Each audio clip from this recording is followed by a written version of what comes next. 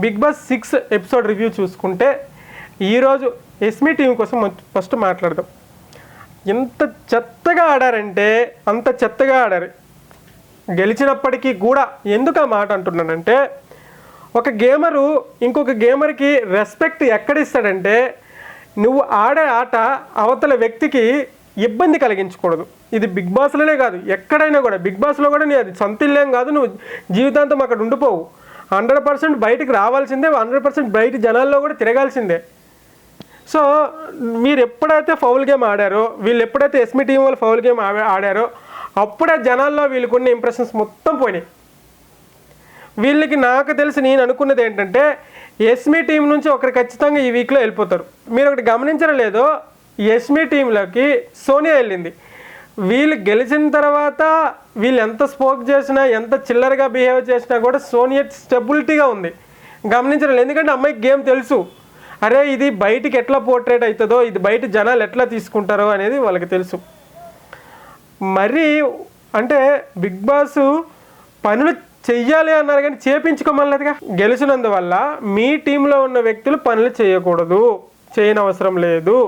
కానీ మీ టీంలో ఎవరైతే ఉన్నారో వాళ్ళు ఏవేవైతే పనులు చేస్తున్నారో ఆ పనులన్నీ ఇప్పుడుండే టీం ముందు వాళ్ళు సర్దుకొని పనులు చేసుకోవాలనే చెప్పారు. కానీ వీళ్ళ పనులు కూడా ఇట్లా చిల్లర పనులు చేపించాలని చెప్పలేదు బిగ్ బాస్ ఎక్కడ కూడా. అది యష్మికే అర్థం అవ్వలేదు.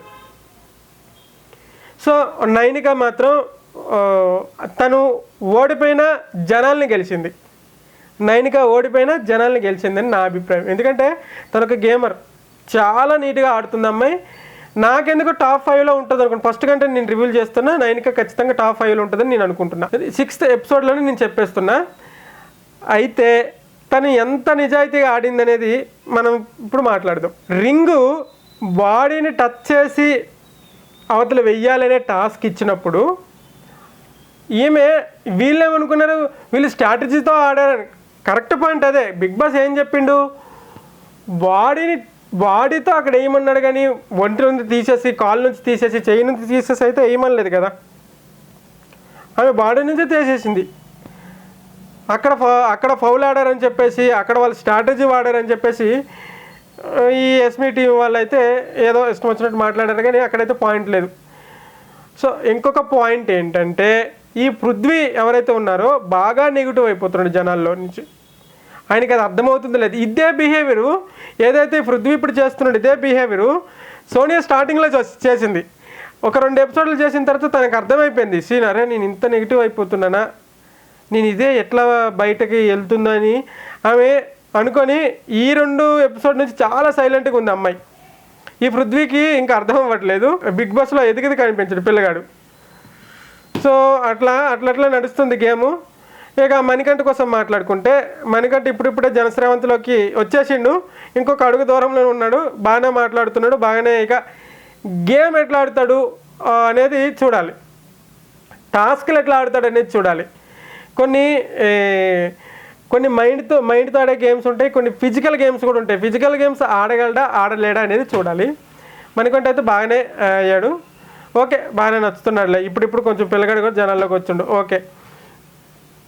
ఇంకొక పాయింట్, మెయిన్ పాయింట్ ఏంటంటే, ఈ టోటల్ 6th ఎపిసోడ్ మొత్తం నేను చూసిన తర్వాత నాకు అనిపించింది ఏంటంటే, 6th ఎపిసోడ్లోనే నేను చెప్తున్నా, ఈ వారం ఎలిమినేషన్ అయ్యి బయటికి వెళ్ళిపోయే వ్యక్తుల్లో ఖచ్చితంగా ఎస్మీ టీం నుంచి ఒకరు ఖచ్చితంగా బయటికి వెళ్ళిపోతారని నాకు అనిపిస్తుంది. ఎందుకంటే వాళ్ళ టీంని వాళ్ళే రిస్క్లో పెట్టుకుంటున్నారు.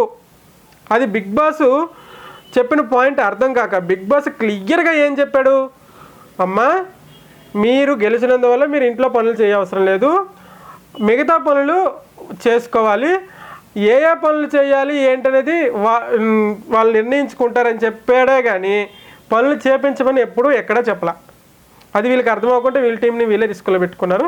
ఇక చూద్దాం, ఇది గెస్ రైట్ అవుతుందా రాంగ్ అవుతుందా. ఇది ఇవాల్టి రివ్యూ. Thank you.